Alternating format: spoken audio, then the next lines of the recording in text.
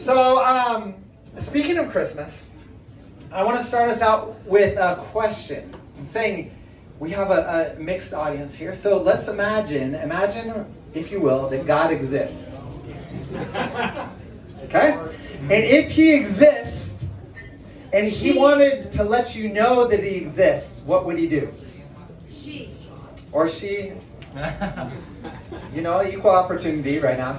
So what would this God do to let you know that he, she, them, right?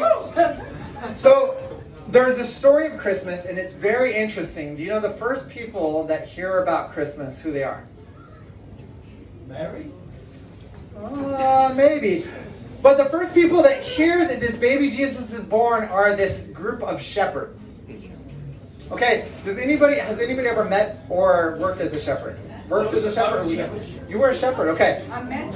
You met a shepherd. So the thing about shepherds are not usually the people that are held in highest regard in a society.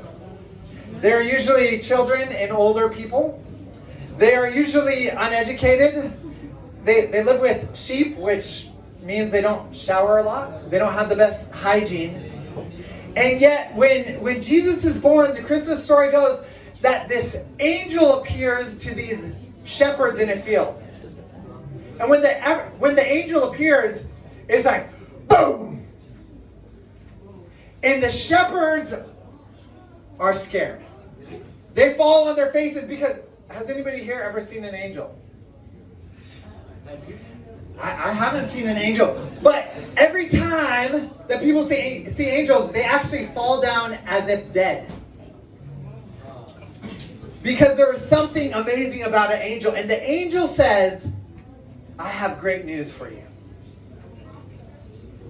I have great news of joy and peace for the whole world. And there's something special about Christmas because there is a message of peace and joy for the entire world. And as I think about this world, I think there's two things that we miss. Peace and joy. It's funny, a lot of us up here and hearing part of your story is there is a lack of peace and there's a lack of joy. Maybe in all of us. And so these shepherds who are kind of despised by the rest of society, they're the people that nobody cares about. An angel shows up to them and says, hey, today this Messiah, this King is born. And they're the first people that get to hear. Okay? But there's another group of people that also gets to hear about this new birth, this new King. But they hear it in a totally different way. They're called magi. They're called wise men. They're called kings. These are the educated, the elite. And yet no angel comes to announce the new king. They are people that study the stars and they study the ancient texts. And according to their texts, they see that there's going to be a king born. And that a star in the sky is going to lead the way to this king. That's all they have.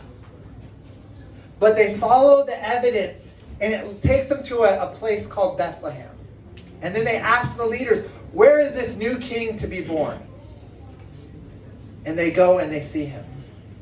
And so there's two ways in this story that God can reveal himself to people. One is through the miracle. An angel speaking to you and telling you, hey, this is happening. This is real. The other is he's given you a mind. And he's giving you evidence. He says, follow the evidence. Ask. Ask the questions. Don't turn off your brain. Ask the questions and see if I'm real. Let me show you who I am. I think that's the message of Christmas. I want to encourage all of you to ask those questions. Because that's how we can experience peace and joy. Thank you very much.